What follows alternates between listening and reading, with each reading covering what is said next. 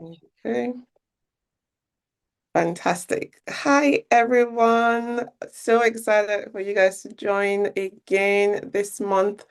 I'm very excited for this conversation because this is a woman that lives the talk and talks the living. So welcome to Choosing Well. And today, our special guest, we have Evangeline Dan-Yusuf. And please tell us a little bit about yourself before we jump into the questions. Thank you. All right, good evening, afternoon, morning, depending on what part of the globe you are joining us in. My name is Evangeline Dan-Ysuf. People call me Eva sometimes. Well, I like to, about myself, I'm a child of God, Christian. Um, I am also a mom, wife, daughter, sister, Please. auntie. That's very key, auntie. But I also work in systems. So by discipline, I'm an organizational psychologist. I practice that in by specializing in systems and structures. So I think, well, aside that, I have a lot of passion, work calling to assignments. So I'm a pastor. I also have a calling to teaching women the Bible theologically, without the whole women framing. Mhm. I believe that women also are human beings. They want to just learn the word of God and God for who He is without any particular like framing attached to it. Yeah. I go by gifting. I'm a teacher, so I break down word of God. So from children, I have a passion for children, teaching them the gospel, teaching them the truth of the word of God. And then, yeah, so these things just find expressions like in different ways. Yeah. Okay. Thank you so much. That sounds really amazing. Because it sounds like you spent a lot of your time helping others grow, right? But with Choosing Well, we always want to start with your own story. What did ground zero look like for you personally? Um, okay, so I can never talk about my life without talking about my childhood, in the sense that my childhood was pretty different. Um, I think my parents had gone through a lot of life, and they Mm, had chosen different. Well, they chose well, and mm, then I'm a product of good decisions. I'm a product of mm, your. So it does come with its own challenges, yes, because we are not in a perfect world, but it did give me a good head start. So I grew up very confident. I grew up very self-assured. I was never intimidated. I raised my hand first in a room. I speak up in strange places. I grew up like that because I had the permission, from my parents. I'm a last born as well. So whatever battles my sisters have fought ahead of me, they didn't reach me. So I had a lot of I had a good ground, growing up. So I think that also allowed me to do things without taking permission to do them, because I didn't know that they were gatekeepers or they were mm, boundaries. I didn't know. So on the outside, it is bravery or boldness. On the inside, I just didn't know that they were. mm, So I entered it. And I think that that's what it looked like for me. So I had a lot of passions growing up. Um, and then I would just volunteer. I would just go. I would just enter. I would just join. I would just do. And I kept doing that for a long time. And I just realized that as I did that, I got better. I got more confident. I mm, got bold, and so that's what it is, beginning. mm, Begin and hitting rock bottom. No, they are two different things. mm, And this is how I just spent a lot of my youth, diving into the passions that I have. And along the way, I discovered that, okay, maybe this passion is not really my thing. And in my head, it sounded all that. In reality, it's not all that. mm, It's, so I was able to eliminate quickly the things that were for me, the things that are not for me. I was able to quickly streamline where my path. And these are things that is now that I know that that was a lot, Mm, Then I think I was just, so yeah. yes, it's like for me. And I'm really grateful to everyone that fought battles before I got here so that Mm. I have to fight. And yes, so I was just kind of smiling as you were saying that because for me, at the heart of the Daughters Community Foundation is the hope for everyone to have that kind of access or confidence or courage or whatever. Um, yeah, you didn't know that there was this and that, but that's an amazing privilege that you didn't have to have your mind held down by those limitations. And that's our greatest hope is that more people as the younger ones are growing up, it's like they have that freedom. They have that, like, yeah. they just try it out instead of being held down. So I'm so glad that you're showing us this possibility because it seems that we've kind of gotten used to rot or dysfunction and we think that this is how it always has to be, but it doesn't necessarily have to be that way. Um, but I'm sure that obviously you mentioned there's a distinction between ground zero and and rock bottom. So tell us about like a specific moment or season that kind of tested your belief in growth and one that later became a turning point for you. So every privilege, right? I later discovered in life has responsibilities attached to it. Mm, So if you've been given a good start, you have the responsibility of maintaining it and growing mm, it, right? So I didn't have that knowledge. Yes. mm, I'll give mm, you a funny story. So I was in university. mm, Uh, I've never I never failed an exam prior to that, you know. It's a high flying student. I think mm, my first encounter with um, corruption was when I was going to secondary school. I know mm-hmm. when we were in secondary school, we didn't have like private schools, so Yeah, everyone went to a federal same. school. Yeah. So I later found that they had sold my results to somebody that didn't make the cutoff mark, so they denied me admission. I Wow. my brain could not process it. So my mom had to tell me to write common entrance again. And I told her I'm not going to do it because I didn't fail. I was one of the best in my class, best in the states. So there's no how I'm not going to, because I know I was saying this, you think it's brave. No, my mind could not Do not process. grasp. Yeah. Yes, my mind could not just process the reality. You said I should write an exam, I wrote it, I passed. The next rational step was to get into school. Not to Mm, say, I'm not going because my mm, deal is not on the list.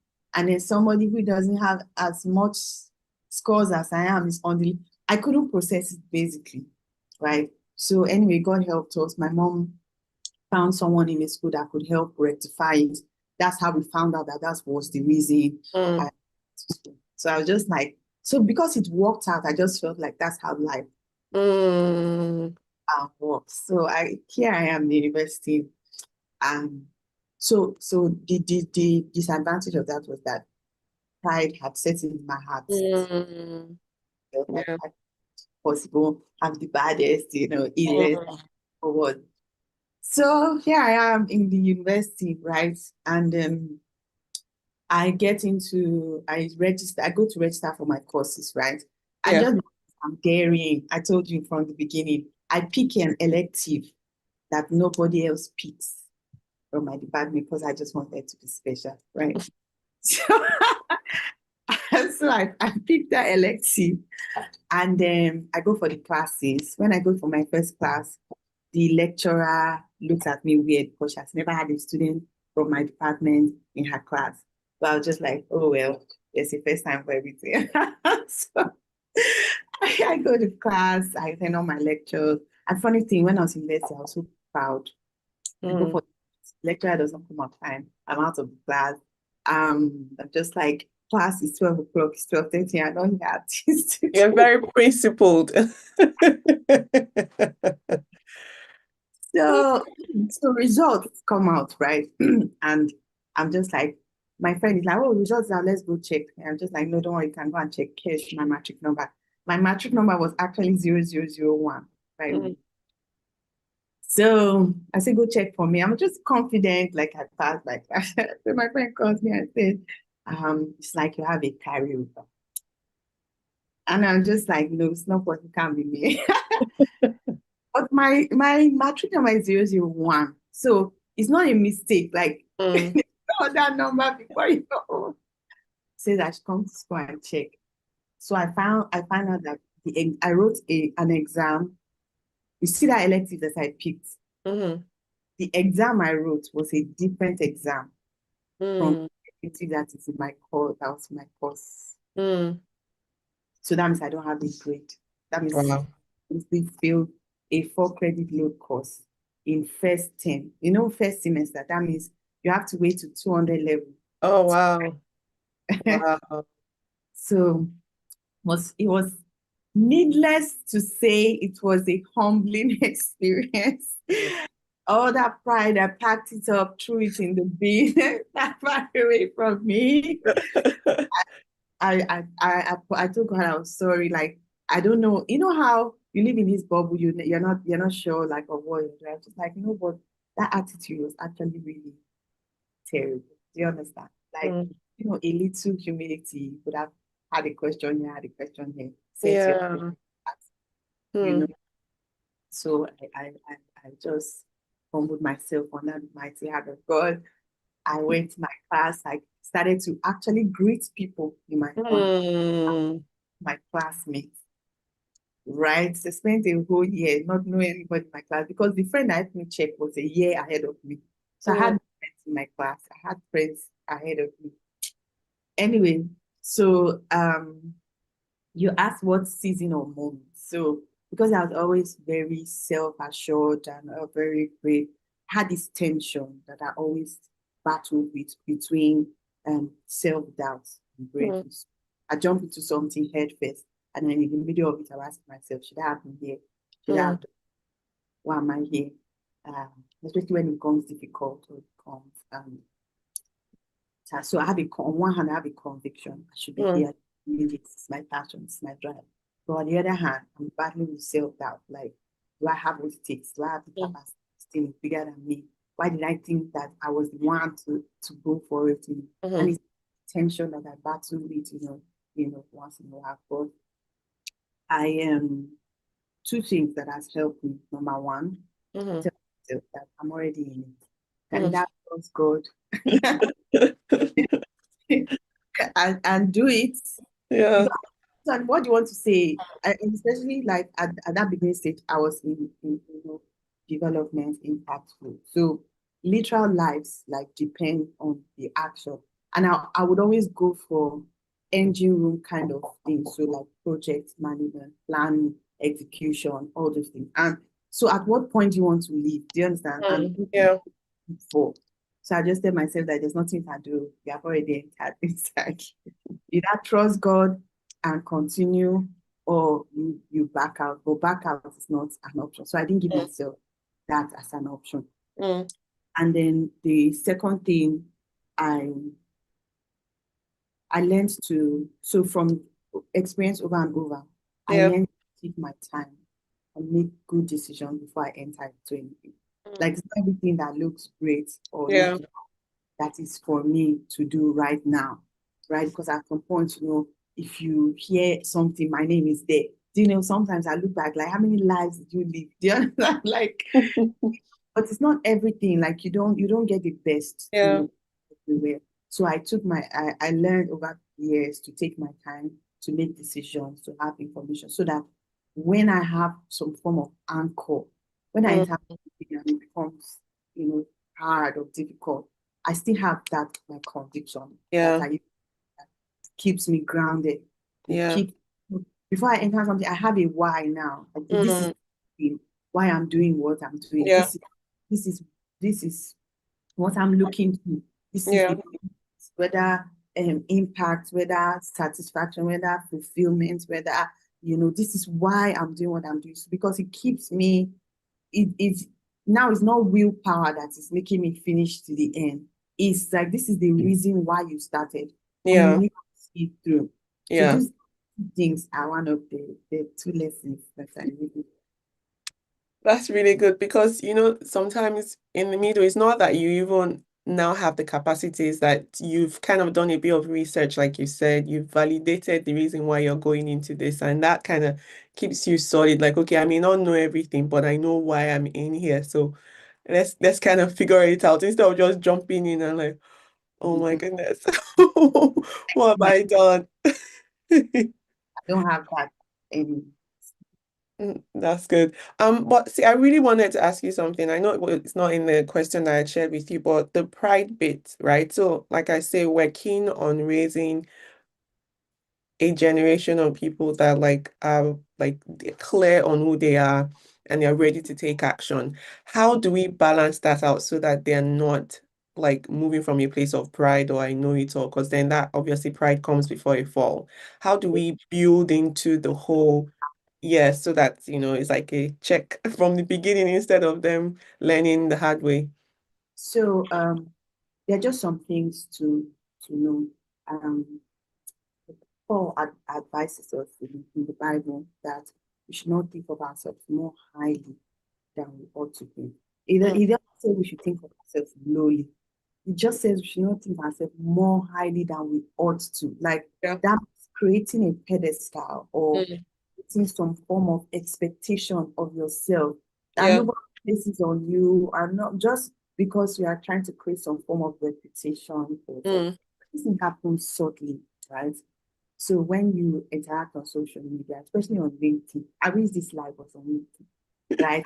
And you go every day and you say, I'm just happy to announce that. yeah. And every day you just feel this pressure to be. Yeah. So let's say you get a humbling role in an organization as an assistant. You're not proud to say that you're an assistant, Mm, but I am the lead something something or mm, something something something. Is you thinking of yourself more highly than what mm, you can esteem the role that you're in without making it into something else because you want other people to think more of it. Because when you project something outside, is the expect, like I said, the responsibility that comes with mm. it. That's it. Because if Yeah. you tell me that you are a systems expert, I expect a systems expert. If you tell me you are a systems expert learner or an assistant, I would be more inclined to teach you to Yeah. be Mm, an expert. Do you understand? yeah. And I'm having unnecessary disappointment because your CV said that you are all that, but in reality, it's not the same. Yeah. And so the number two is I learned to see that I can learn from anybody. A lot of people in both my generation and comfort, there's this idea that for you to learn, you must learn upward only. Yeah. Mm, But learning is not linear and it's not one directional. Like in this my university experience, I went and made five unlikely friends in my class. mm, Like if you see me with these my friends, we are an unlikely pair. All of us, we are like the disciples of Jesus. We are all different. We are all from different places, backgrounds, different. But I realized that these people have something that I don't have. mm, And that is an opportunity for me to learn. It doesn't matter all the things that I have that you don't have. It's an opportunity for me to give. mm. Do you understand? And it helped me. It helped me through school. I'm telling you. And I've taken that principle throughout life. I can always learn something from someone. It Yeah. doesn't matter whether that person is my subordinate at work or my Yeah. superior at work. It doesn't matter. Anytime I enter a room, I'm looking to learn. If I don't understand, I ask questions. I don't pretend to understand. Yeah. I go back and try and figure. I ask questions and I'll go and ask like, I just want to be clear. I just want to be sure that I understand this Yeah. thing is true and all that. And I realized that the more you are bold enough to ask, people are actually willing to Yeah. answer. Yeah. Yeah. ideology that people will look at you like, oh, you don't know, you are a failure, you don't know anything. It's not really as much. Yeah. Maybe personal experience, I don't know. But in my own personal experience, I've realized that the bolder have been to ask, I've seen people always willing to respond. Yeah. Maybe they just feel good about themselves teaching somebody something. I don't know. It All I doesn't matter. can say that, and I'm Yeah. better for it. I'm Yeah. better for it. Yeah. That's so good. I think that honesty with yourself about what you are capable of, and honesty with others about your limitations. Like, thank you. Because just be honest, just ask a question. Like I used to be afraid to ask questions too, even just simple questions. Like I think it was like an introvert thing, but it doesn't help anyone. It doesn't help you because you just kind of stay ignorant. Mhm. And you just kind of get yourself in trouble. Just ask, what's the worst that could happen? If they laugh at you, so what? You keep it moving. Examine. Yes. You keep it moving. So thank you. I've noted that down. I'm gonna be intentional about building that in because yeah, thank you. So you're a psychologist. Faith is a key part of your life, and you speak about purpose often. How do these three things come together to shape your calling? Yeah. Okay. So growing up, right, I became a psychologist, a funny story. So I in secondary school, there was a fight. I went to all girls school. So there was a fight. And we all there watched the fight. So two girls were fighting. I can't remember why. But I remember that a teacher came, to break up the fight and asked a simple question: what happened? Mm, And I just started hearing different stories. Do you know, it puzzled me for a long time. I'm just like, we were all here. We all saw this thing happen. mm, We all say the same thing. yeah. And I realized that is perspective Mm, that shapes different responses. Different reasons. Maybe one of the girls is a close friend to one of the narrators and wants to paint her friend in a good light. So she's saying the story from the angle that her friend is not at fault. Is the other yeah. person started it. These other people are trying to defend this one. Somebody that just likes pointing fuel in fire, is doing things. Adding their own. Yeah. I'm just like, we all experience the same thing, but our interpretation of the same thing is not the same. Hmm. And it kept puzzling me. And I kept asking myself, why? And I started researching. Then, we didn't have computers, just library. So I started asking my teachers question, is there any way we can learn it? And then a teacher told me about psychology. And psychology is the study of human behavior. Why Mm, people behave the way that they do. So I started to research. That's why when I was going to university, my first choice, second choice was psychology, same school. I fixed my mind on it. And how does this intersect with faith? Because I realized that faith is also informs our worldview. mm, Who we are, our identity and our beliefs are born out of what our worldview is. So for mm, me, my worldview is born out of my faith. It informs my psychology, basically mm, informs why I do what I do, why I believe that this is who I am, why yeah. this is my calling. So, for instance, two people with two different worldviews can be doing the same thing from two different perspectives. So I can be doing what I'm doing at work because I believe in impact.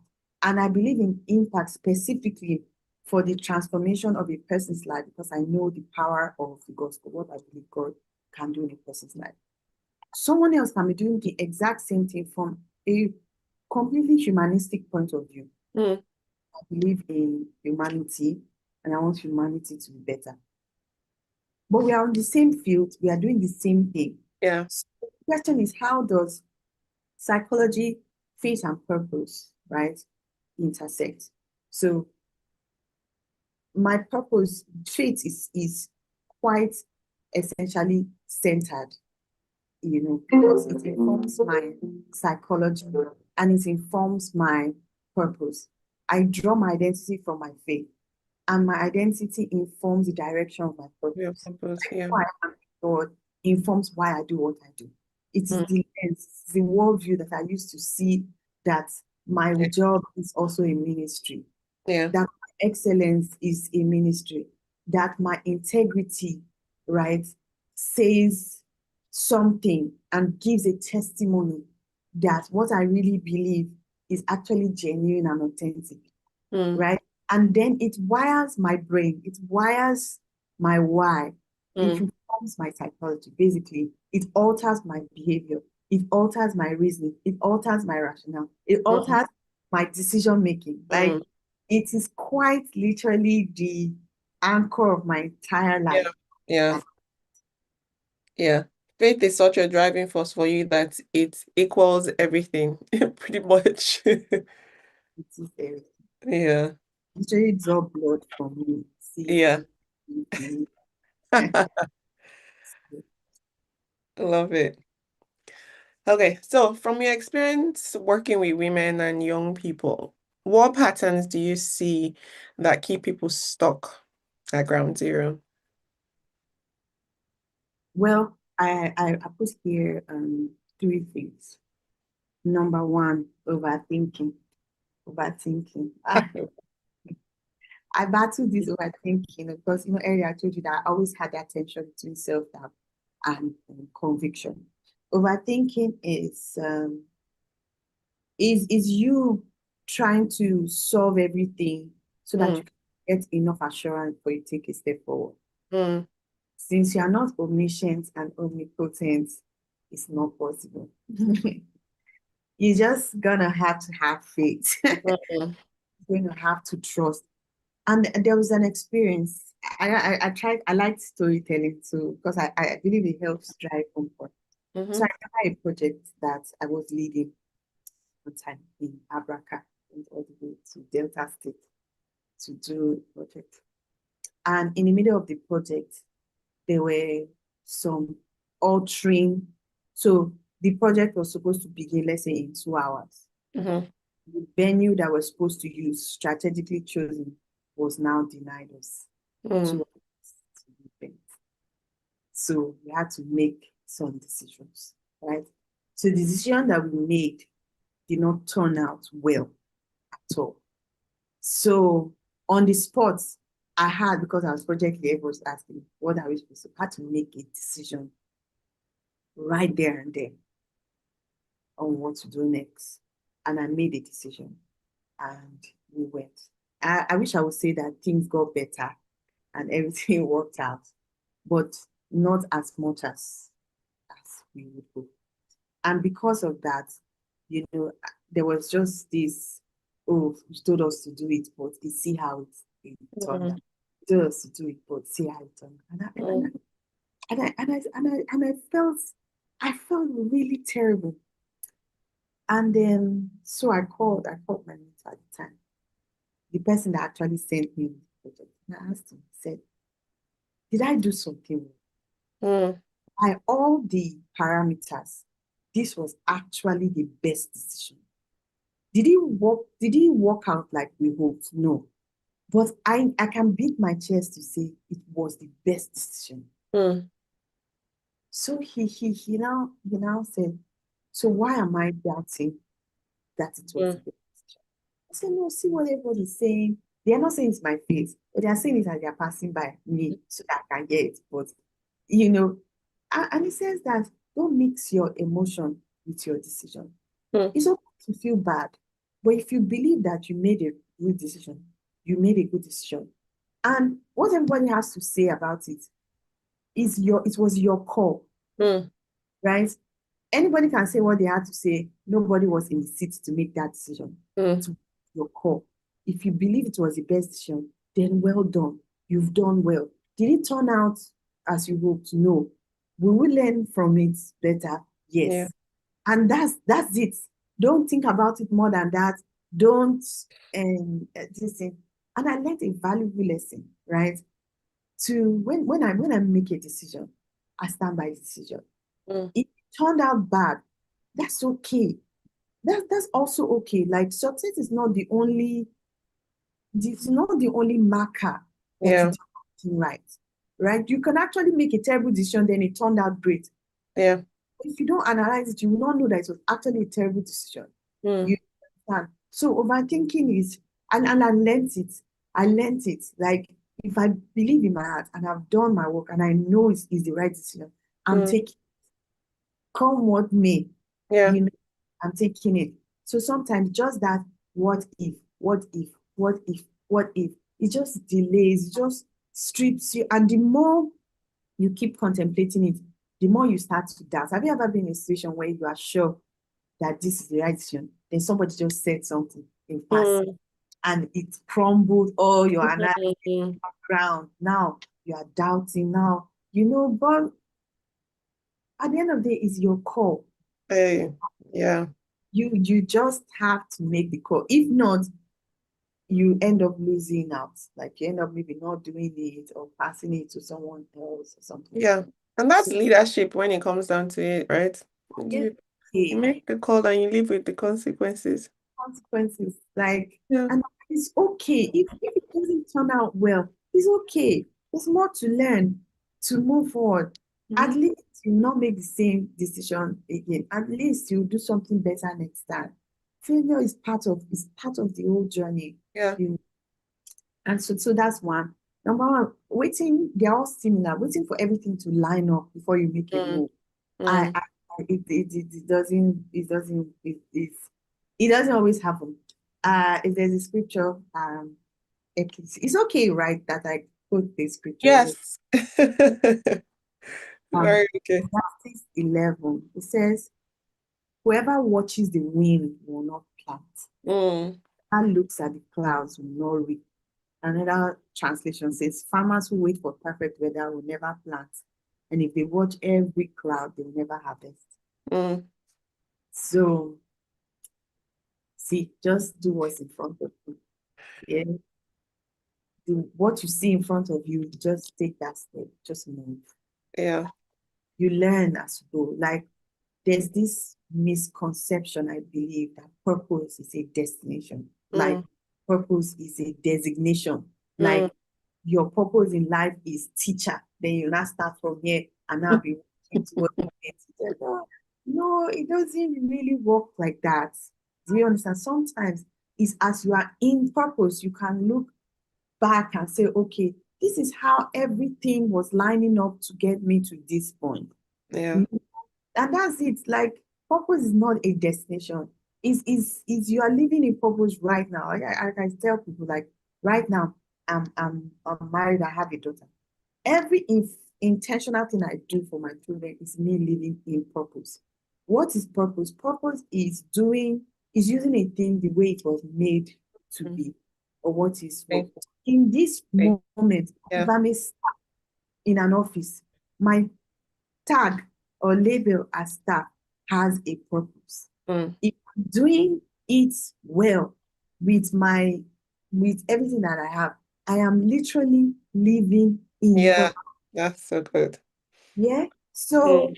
just disabuse your mind that everything has to line up.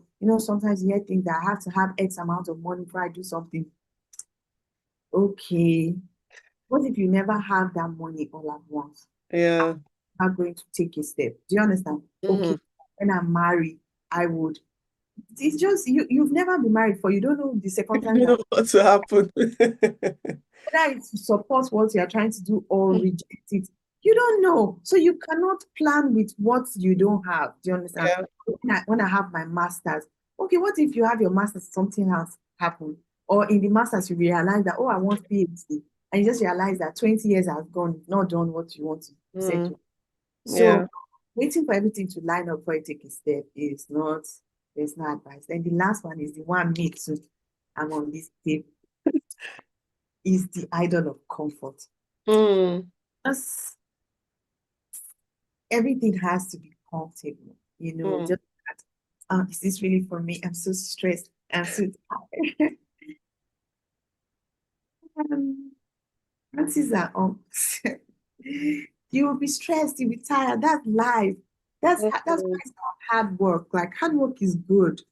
Mm. It's good. It's good for you. When things that stretch you, you cannot increase in capacity if you are not stretched. It's not. Mm. It's not possible. Possible, Like, yeah. you are not going to learn new things if you don't move.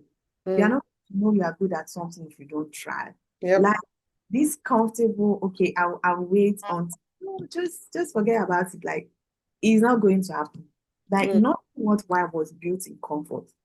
yep. Like if nothing worthwhile was built in comfort. Yep. Like, you start something 2 days. Oh my God, I'm so stressed out. It's okay. You are stressed out. The automatic response for being stressed out is not giving up. Mm, It's not the automatic response. It's just the easiest response. mm, Yeah. So you are stressed out. You take a break, you come back, continue. You're tired, mm. you are emotionally strained. Go and meet someone that is emotionally strong. Let them encourage you, let them build your faith. And then you go right back into it. Yeah. So that I don't comfort. Even me, I struggle with it sometimes. Like some days I'm just out. I'm just like, who sent me? I didn't Mm, send myself. What's all this for? you know. Then I go back and tell myself, don't worry, David, encourage yourself in the Lord. Encourage yourself. You can do this. There's just someday I'm just like, can Friday come now? And there are other days I'm just like, I'm looking forward to Monday. So mm, some discomfort is temporary. It's mm, temporary. It's not always. mm, In the moment it feels like, man, this is how my life is going to be going for. No, it's not always. It's mm. temporary. And what you do in these moments, they determine how far, you go. So, surround your people with people that can encourage you, that can strengthen. Okay.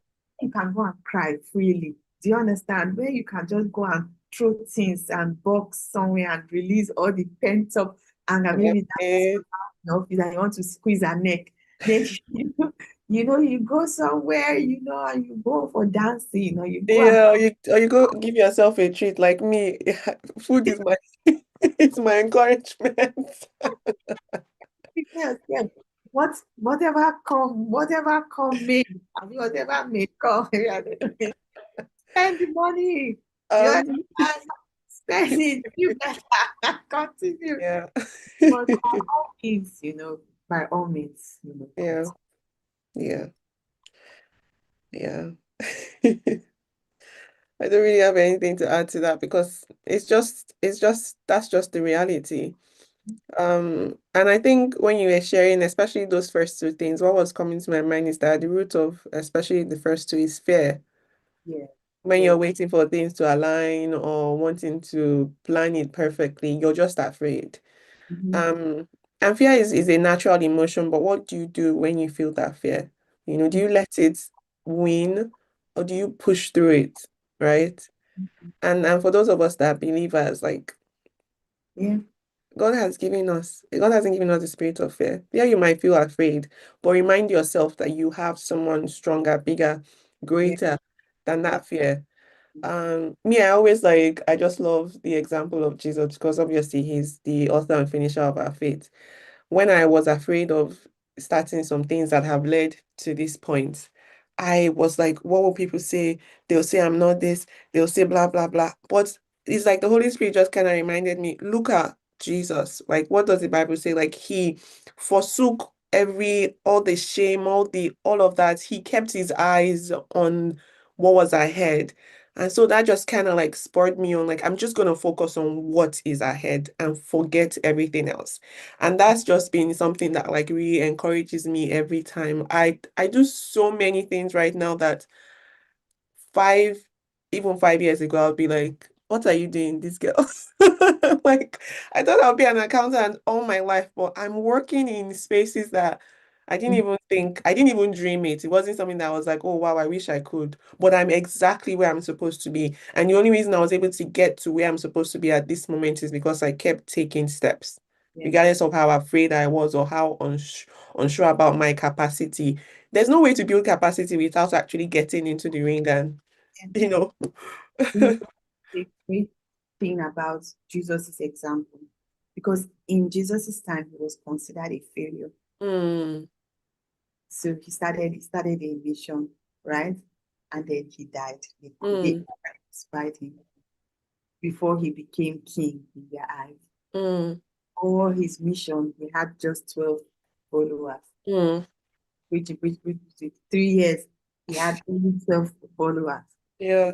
Even the 12 of them ran and left him when he expired, and left only John to watch Yeah. from a distance as he died. Mm. In the eyes of the people at that time, Jesus was a failure. Yeah.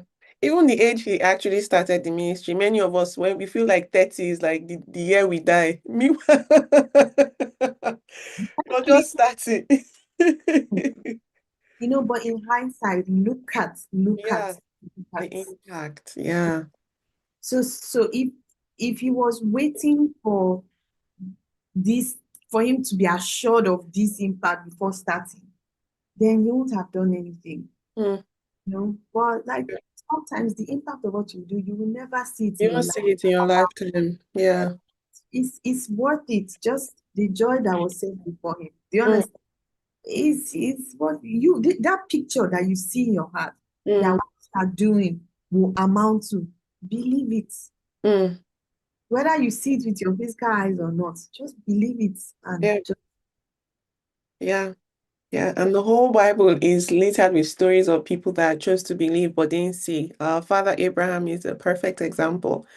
Like, look at all of us are called children of Abraham. Like, there was no way, even if God showed him, his mind probably wouldn't have been able to comprehend the like vastness of look at the Israelite. I mean, it's just yeah.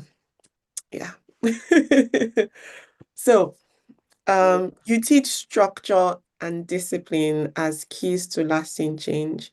What small systems can help someone that's watching this sustain growth even when motivation fades? I feel like we've touched a bit on this, but like, what kind of systems can they put in place for them to keep at it? it's nothing profound. I'm not going to say anything like 10 step. No, nothing. So I've learned that um do what's in front of Mm, you. Yeah. Just do. So I was listening to a podcast mm, of this missionary woman. She and her husband, they did missions, like they go in interior places to do missions. And so one of those times, her husband was missing for like 5 days. mm, They brought back a report that her husband was spirit mm. um, by a spirit. Wow. So um so but she said um at the time her husband was killed, it was the two of them submission. They were just about opening a school. They just opened a school for the children in that area. She was teaching English and a few subjects. He was teaching others. They had just they were expecting doctors in to they had a small clinic to treat. All these things were happening at the same time he died. Mm, So she asked herself, like, do I have space to cry? Like, mm, do I have space to grieve? Like, what is the cost of my grief? mm. Wow. Right? And she realized that the cost of her grief was too much. Like, Mm, if they're supposed to give her time off if she wanted time off to breathe, that means they will have to maybe send the doctors back. They didn't have to come at the time. There were hundreds of children that died. They didn't come. The school had just started. They're still convincing parents. You know how it is. They're convincing parents to let their children come to school and all that. So she said, in the midst of her deepest pain and deepest decision, mm, right? She didn't have the willpower to continue, but she didn't have a choice. mm, So what did she do? She put one foot in front of the other and did the next best thing. Like and some days the next best thing was wake up. mm, You, when you are in grief and you're just like, I don't want to wake up, let me just go from here. The next thing for her was the willpower to just wake up, mm, or to have a bath, or to come out of her room. It's just the next thing. And it's so true. Like, I know we plan 5 years ahead, 10 years ahead, but sometimes just wake up and do what's in front of you and do mm. it, right? If you know that this is the next thing you are supposed to do it. Before you get instructions for the next 100 things, do the one that you know. Just Yeah. do the next best thing in front of you. That's the first one. Second one is if you start something, do your best to finish it. That's, Mm, that's the one I try. Like if I start reading a book and I see another book that's interesting, I just tell myself, for you to be able to read this one, you have to finish. You have to finish that. If you don't finish one, you cannot read this one. Just try your best to finish what you start. You can even break it into milestones, mm, make sure that you finish each, part. And I don't leave too many time. And then the last one is try not to do everything at once. Yeah. You can phase your life. And phasing your life doesn't always have, okay, I'll do this for 10 years. Just say, okay, for the Q1, for the first quarter of my life, I'll give attention to this, I'll give attention to this, I'll give attention to this. The next quarter, I'll give attention to this, I'll give attention. So maybe mm, you take the course, and the course was 2 months, 3 months. So right now you're feeling at the stage there, okay, you can pause. Schedule that for the last 3 months of the year. Maybe mm, when you're so tired at work, you have more leave time, this thing. You put it there, but make sure that, okay, these are the things I want to do in this year. I'll do this now, I'll do this later, but they will be done this year. yeah. If you face it and you can see yourself making progress from one level, it encourages you. Mm-hmm. It encourages you Absolutely. because sometimes you can be overwhelmed. Have you ever had 10 things in front of you that you did not do any one because you're overwhelmed?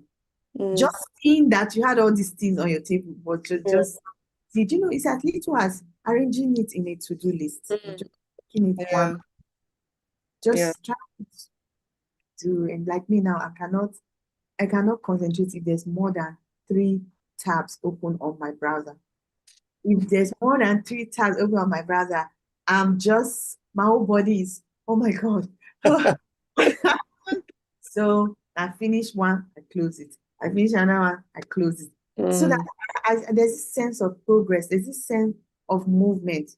mm, So yes, so 3 things. I want to start from where you are and yeah. just in small incremental steps.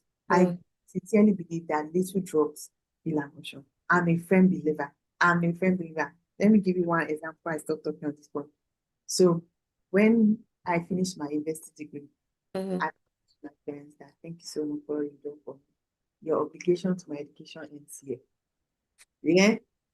And they're just like, "Who is this one that I talking about?" I also them that I want to be able to, if I want to further my education, I want to be able to do it by myself. I just want to push myself. So I went and did my master's in business and organizational psychology. I got a UK school, and they do pounds. It's not naira they are doing, it's pounds. So I worked, I got an 80% scholarship, which was good. The 20% that was left was about £6,000. mm, So as at the time where I was working, I was earning 50K a month. And even the 50K said was not regular, it was not regular. so, so and I was in my mind. But the good thing is that the school provided payment of so each you have to pay for each module before you do them. But in the paying for the module, like a module was like 3 months or so. So mm, the payment in the checkout place, you can either pay for the full module or just put the amount you want to pay mm. until it makes up. And do you know that was my saving goal? I'm telling you how somebody will visit me and give me 20K. I will go and pay that 20K. 5K, I will pay the 5K. 2,000 naira, I will go and pay the 2,000 naira. It may be still be like 6,000 pounds, 5K. Are you joking? I finished my master's without owing. Wow. Now, the day that they sent me, the finance department sent me, you have successfully paid for your leave. I went and bought myself I went and bought myself a chill drink. Let me Wow. moment. Yes, there was the moment when I watched pounds move from 200 naira to 600 naira. Ooh. I, Mm, and I was paying school fees at that time. But God so faithful. That was the same period that I went for my Mandela Washington Fellowship, and it mm, was our allowance. mm. And our allowance is USD, it's not Naira. So I think then they gave us about 2,000 something pounds for the entire duration of our stay. So it was supposed to be for our feeding, for our Mm, all these things. As a sharp girl, I went and bought a bus ticket, right? I put a certain amount of money inside. I went to the store. I bought Golden Mon. I bought this thing, stocked my feet.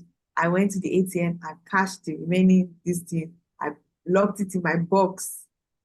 Do you understand? I got to Nigeria. I came and paid the money in my school. Do you understand? Like, so I started having, and it's in the moment when you have this mindset, every opportunity you get is tangible. It's more tangible to you than it will be to anybody. Like mm, you, I would do an ushering job at the time. They'll pay me 10K, 15K. To somebody, it's just one shawarma credit mm. and something. To me, it's 10K Yeah. less into my school fees. The school offered the referral program. I refer somebody, they'll pay their school fees, they'll remove a certain percentage of my. I'm telling you, Mm. like, it sounds like hustling, right?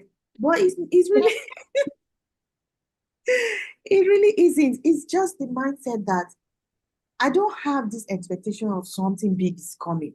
Mm, Like, is it possible? Yes. Has it happened? Yes. But I know that with the little that I have, it can do much. mm. I'm a believer of that. Because then Yeah. in secondary school, when we don't have water and there's a tap that is dripping drops, you put your bucket It there overnight. make you, yeah. And you put your bucket overnight. By the time you wake up in the morning, it's full. Yeah. It's full. So I'm a firm believer that the little decisions you are making now, okay, I will do my mailing list. Okay, I will do the newsletter. Okay, I will talk to this person. Okay, just little incremental step. I'm telling you, by the time you look back, you will not, you'll be overwhelmed by how far you've come. Mm, I believe yeah. that good, so start from where you are, don't just, if you start something, finish it, and don't do everything at once. Yeah. You know, what I really love about this story actually is that you made up your mind that this is how you wanted Yeah. to fund your master's, like you were going to do it yourself. And once you made that decision, like all your actions, all your choices, you made sure that it actually aligned with that initial like big step. And you can see how, like, when you made that choice, you started working hard.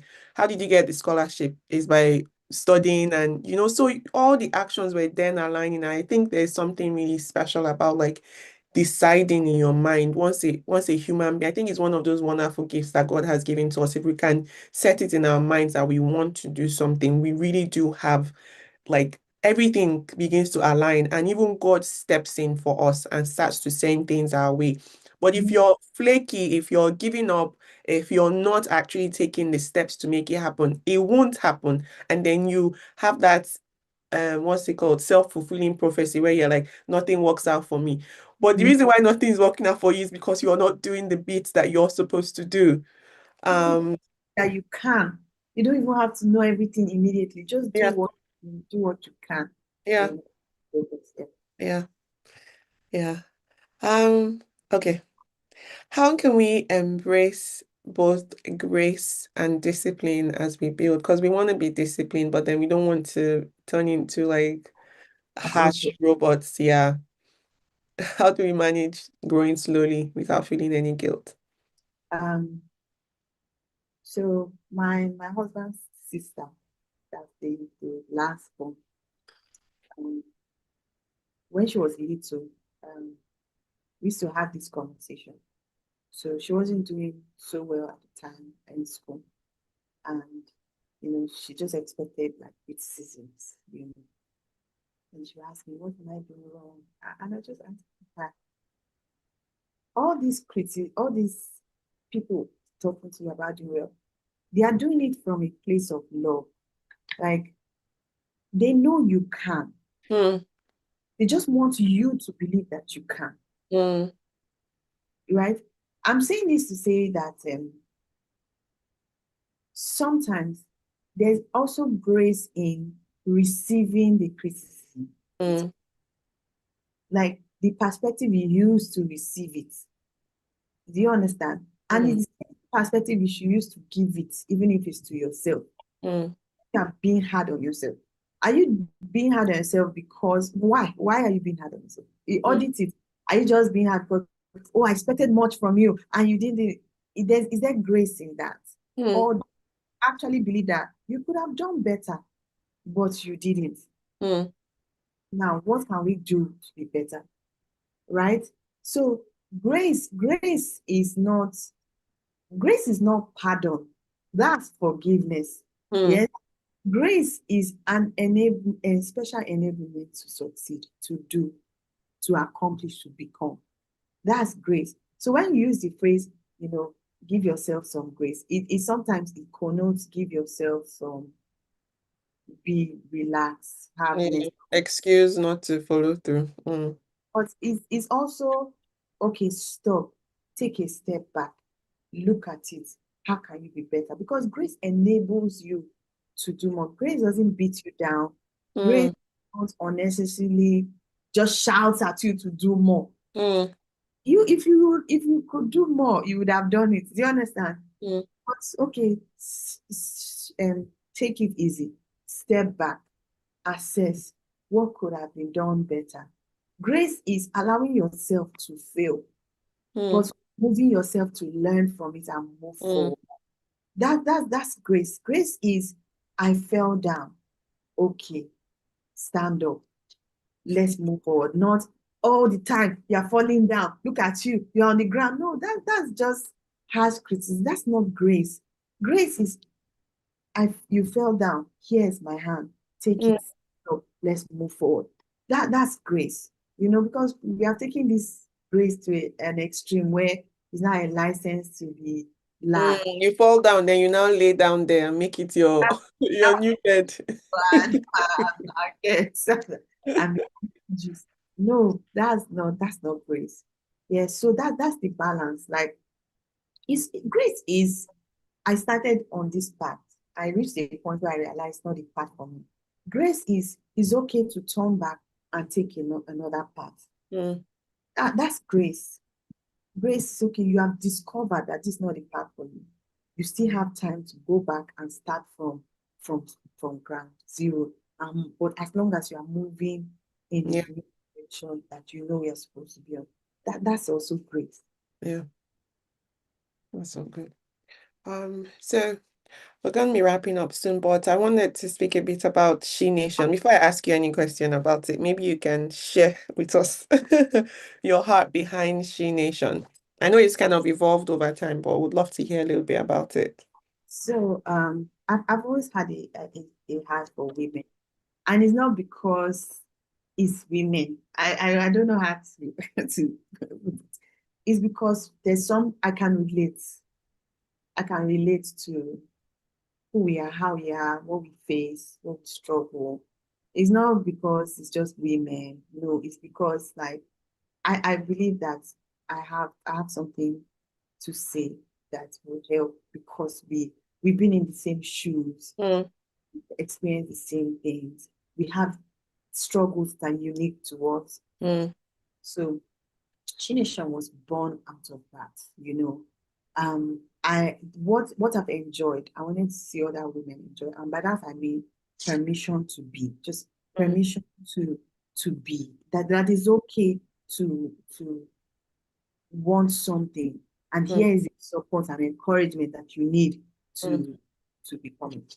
I remember when I was a little girl, me and all my stories. So I had an uncle that was a chemical engineer. So my dad was going to visit him, so he took me along. All those things, I take the little one, and we went to meet him on site. So he was busy. And I was just asking questions. I told you I've always been sharp in my mouth, so I was always sharp. mhm, But I always ask questions, whether or not. I was just asking, okay, what are you doing? So he was just telling me, he was showing me his process. And I said, this is nice. I'll be a chemical engineer when I grow up. I know now it was cute where you say, yes, you can. But in our time, it was not always like that. mm, Just laughed and say, no, it's not for girls. mm. And I was so hurt. I was so hurt. And I don't think he did it with the intention of dismissing me or anything. I just think that in his own frame of reference, that's just what he knew. Yeah. He won't believe that the thing bothered me so much. I was determined to be the kind. No, no, you don't understand. I took science classes when I got to secondary school. Like, I did everything. I read books. I was determined. Mm, At some point, my dad just asked me, like, you can't do things to prove mm, that doesn't even care. Do you understand? Like, you mm, can't live your life. If you want to be a chemical engineer, that's fine. Oh, I will support you. But if the reason is mm, because you want to show this man is not a good enough reason, mm, I won't support it. And I went to school. I flunked my science like SS1 first term. Do you know my guidance counselor called me and asked me, is this really for you? My guidance counselor had to come here and say, is this really for you? There are other things you can do. Anyway, I'm just saying it to say that I've always had that. Like, people need permission mm, to explore. Even if they figure it out later in life that's not what they want to do, at least they need that permission, So mm, that's what birth Nation, mm. equipping next generation to be leaders. And Yeah. leadership is another thing that I'm very passionate about. There's this idea that leadership must be from the top, like Mm, be a leader, you have to have people under you. So we have replaced hierarchy with leadership, we have replaced oppression, just the perks of, okay, mm, yes, my yes, sir. This leadership. No, but I have this just passion to that leadership is a natural ability that you can nurture so that your outlook, like your worldview, the way you look at things is through the lens of leadership. yeah. Even your own life, how you steward your life, how you steward your decision, it's through the lens of it. Anyway, if you leave me now, we'll just No, no, no. We're loving it actually because I'm not trying to plug. Oh, we'll continue like that. I'm not trying to plug some of our pillars, but I think for us that's the heart of our mentorship program as well because I believe that if you're going to even lead others, you first need to lead yourself, right? Leadership of self is where it starts from. If you don't take accountability for your own actions, then there's no way that when you get to the top, you're going to be able to do it properly. You just become like a tyrant. So I can resonate with that passion of helping everyone. For those of us that are passionate about women, our target audience is women and girls. Sorry to the rest of you. But I'm just joking. But yeah, that's just because I believe as people made in the image and likeness of God, like I mean, if you really think about it, we're made in the image and likeness of the Almighty. He's already put in us the ability to be like him. And who is he? He's God. He's the ultimate leader. So all of us have that capability. All of us have that capacity. Sometimes we need someone to guide us. Sometimes we need someone to help us see it in that way. But I think that if we all have that same perspective in life, then I think the world would be a much better place because instead of waiting for someone else to change or solve a problem, we will take responsibility and play our part in making the world a better place.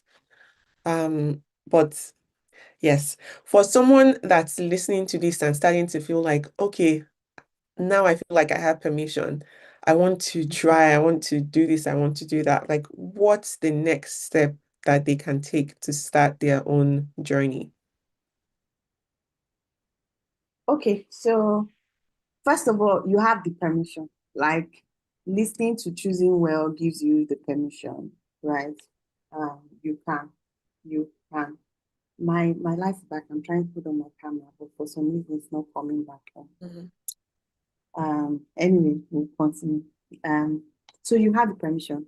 Um, one of the ways that you can do is to fill your mind with people who have done it. There's Mm, something exposure does to your mind. It yeah. gives you confidence to take that step. There's just something that exposure does to you. Like, Mm, we are filled with a lot of bad narrative and bad storytelling that we we don't know that is possible. mm, Some It's not just that they don't, is that they don't know that it's possible. yeah. So they need to be around the possibility. Do you Mm, know? if you can't travel, I'm telling you, like, Mm.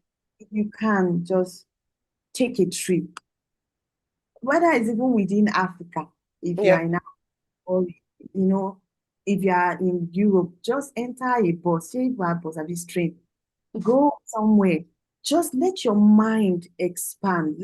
Because sometimes, like, you can give verbal affirmation, but Mm. mind can't comprehend it. It can be difficult to take Mm. it.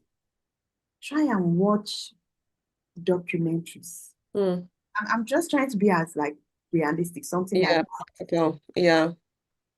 watch documentaries. Just expose yourself to possibility. It does. Go to somebody that you respect. Just go and sit down and hear them speak to you from their life experience. Yeah. Not everybody can get a mentor. Not everybody can get a. Do you understand? But you can expose yourself. Yeah. Yeah, Number and I think reading books can help as well. You might not be able to have access to the person directly, but you can read their books. You can even follow them online. There's so many resources now. It's just about, being intentional about what you allow your mind be exposed to, like you said. Even if you can't travel, sometimes it's just trying things a different way or going to the next town or talking with people that you normally wouldn't. Just try something different and see what happens. And if you fail, you learn and you keep it moving. And I think at this point, I even want to change the definition of failure to being that what you hoped to happen didn't happen. I feel like that's not a good definition of failure because even if that happens, you learn from the process. So you didn't fail. It's just a lesson. And I'm not saying put yourself in like unnecessary risky places, but like try things out. Don't be afraid of looking stupid or being cringe, like they say. Yeah, just yeah. like the ground will open and swallow you. Fine. Like, it's a feeling. Mm. Do you know that tomorrow you laugh about, look at me on this podcast laughing about the stupid things I experienced. When Yeah, then when I had a cry, it was not funny. yeah. There's just certain things that now they are like points of lessons. They are like um what the Bible call ancient landmarks. Do you understand? Mm, You're going through them, you're looking at it, and you're using to learn, mm, but at the time you're going through it, it was not fun. It was not easy. It was very embarrassing. It yeah. was but so I know that we are saying it's okay. In reality, it may not be feeling like it's okay. Just know that you come out of it. Know that your Yeah. life is not ended. It's not going to consume your life. You are a lot worth more than a single moment can capture at it. Mm, So yes, just keep it in your head. Like even if you are not feeling it, that is the truth, right? And the way we feel about things in the moment cannot overshadow the truth. The truth will yeah. always be, Mm, so yeah. And you're hearing us sharing silly moments as well. So we are not dead. And we're okay. And we have enough like courage to share those moments because it didn't make us. It just shaped us to learn and grow. And they're just necessary parts of the journey. There's no way that you're going to grow without some pain, some stretching. It's part of it. Like even if you look at a caterpillar and a butterfly, everyone loves how beautiful the butterfly looks, but it had to be a caterpillar first, mhm, you mhm. know. So at least remember when Eva was saying it, how the different things happened. Said like, so if Eva too did it, me too, no problem. That it will be okay last. Uh, Interesting yeah. story. Mm, So everybody knows the story of David and Goliath, right? mm, But part of the story that a lot of people don't know, that after David killed Goliath, mm, 12 other giants that were killed by people because David killed Goliath. mm, So, including, I think one was David's nephew or something like that in the mm. Bible about it. 12 other people were able to kill Goliath, not their own Goliath, the people with the same height, the Yeah. same military, this thing. because Amazing. I saw David do it. Like just seeing that somebody else has done it. So we may not know them, we may not know their name, it's David we know, but they got permission to do the same. Mm, Because yeah. Wow. That's amazing. So final question, and I feel like you shared so many gems, but I'd love for you to at least drop one more. If you could leave one reminder with every woman, every man, every boy, every girl listening, something they can hold on to when growth feels really hard, because it does feel hard. With everything that we're sharing now, those levels have kind of gone behind us, but I'm sure in this moment too, we're still growing and we're still dealing with the discomfort. What would you give them as a reminder so that they can, hold on when it feels really, really hard? yeah, um, I think something pretty profound but simple is like it will not end like this. And Mm, I will tell you something that used to anchor me when I was a child. mm, mm, I when I was facing difficulties, I would tell myself, night will come, I will go home and I'll be all right. mm, I don't know how I came about that, but when we escape and we enter, bush, as children now, and we are missing, I will tell myself, night will come, I will go home and I'll be all right. mm, And truly, truly, night will come and I'll be at home and I'll be all right. And I'm saying it to say like whatever situation you are in, it will pass. mm, That is not the end. Do you know, even if you give up, it will still pass. mm, That will not be, it cannot be the end of everything. It will pass. You will get over it. You get through it. You'll be all right. You'll be all right. mm, So like it can be difficult, honestly. Sometimes you just feel like maybe you're not making progress. You have been in a sport for a long time, or the painful one where you are watching somebody that you started with, you are 5 steps, and ahead. Mm, you are still writing an application for jobs. You are seeing somebody that you tutored in school saying, I'm just happy to announce that I'm mm, now the CEO of this and that. And you just feel crushed and you just feel like I'm trying hard for mm, this results, you know.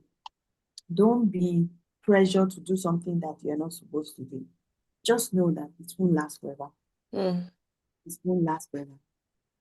You will get out of it. yeah. Just know.